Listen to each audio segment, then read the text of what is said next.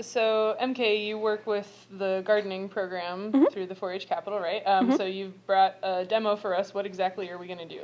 So we're going to be planting what we call Veggie eggheads. We like doing this in classes for kids. I know it's corny, right? But you gotta love it. Kids get a really big kick out of trying to find other different ways to plant things, and this is a really good way to explain that while also giving like an introductory lesson into composting. Okay. Because all of the eggshells that we use are sterilized by baking them, and so that they're safe for kid use. Sure. But once they break down into the compost, their material becomes nutrients for the soil. So it's kind of putting it back into the earth while also putting a new plant back into the earth at the same time. Nice. So it's a real good way to help them learn to plant. So it's like a chia pet, except that the whole thing goes in the ground. Exactly, Okay. exactly. And it's and it can stay there, and it can actually turn into a full, big, beautiful plant that you can eat from, if you use like vegetable seeds or herb seeds and whatnot. So Cool. yeah, Okay. so what a lot of us like to do, especially because kids who are super artsy, it's a big kick for them. They like being able to draw their little faces on it, and you can have because by that point, the chia pet example, they'll start growing up, the little seeds turn into the plants, that becomes like their hair. You can do little things like, little shapes here and there, just like little doodles and whatnot, just, anything that they kind of get a kick out of, because it's it lets them be a little bit more creative on that end. But you do that. And the permanent marker doesn't affect anything about the way this is going to work? It doesn't No, not particularly. I mean, in my experience with this, a lot of kids will use the typical Crayola markers, but those tend to smear a little bit more.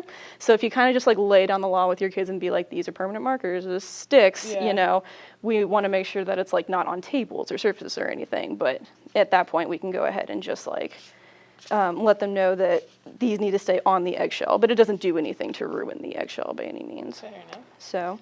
Yeah, so, sorry, as you saw, I was filling up the eggshell with soil, and that we just use from any kind of soil that you have nearby, that's fine. Fill it up into the eggshell, and you take the seeds that you ever so desire to plant. We have lemon balm for today, so we'll work with that.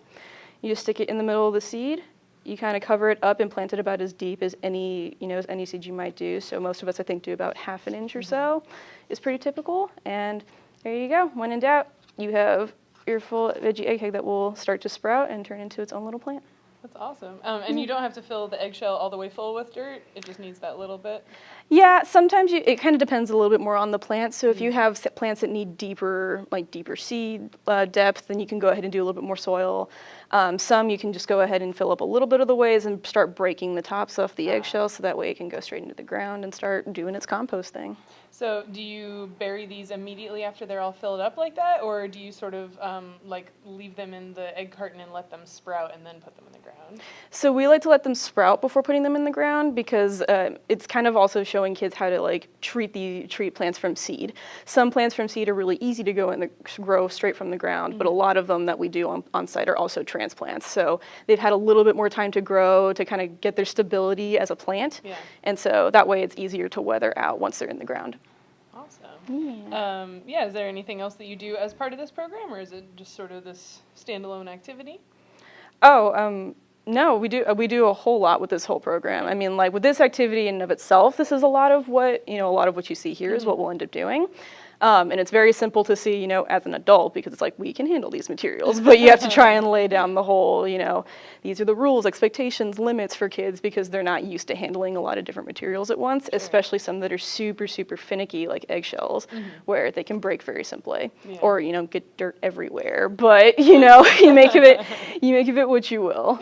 But yeah, as far as what the program, does, we'll do a lot of outside gardening, like I said, with transplants that have already grown or started to grow a little bit more in their process. And so, we put those in the garden beds. We can go ahead and do things like, cooking, like we had mentioned earlier. Once the plants have started to actually produce their fruit and vegetables and whatnot. And yeah, a lot of what we try and center around is how we can get a lot of our STEM-related activities back into how does this relate to garden science. Nice. So, you can take even just different engineering activities and treat it as okay, you're learning about circuits. How can circuits be effective in the garden? And you can use the ideas of some need extra light sources, and so some will also need things like like sprinklers or something that's automated so that it can kind of keep garden care, you know, on a consistent basis when we're not always there to take care of it. Ah, I like that. Yeah. So you put lemon balm seeds in there, and it's an herb. That's a perennial herb, is that right? So it'll keep growing year after year, or is this an annual? I don't remember. Well, this one, I believe it grows best in like the cold or like the winter-y seasons.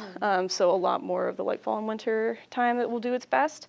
But I think you can pretty much grow this just about year-round, kind of like a lot of herbs, as long as it's like in an indoor space where it's enclosed. Yeah. Did this sort of with the eggheads? Did the herbs work better? Can you do vegetables in there? Like, are there some seeds that maybe don't do as well in this kind of planting situation? Sure. So as far as vegetables go, I've never tried it with vegetable seeds myself or with my classes, but a lot of us like to use it as herbs because it's with herb seeds especially, because it's a very small contained space and herbs are smaller contained plants.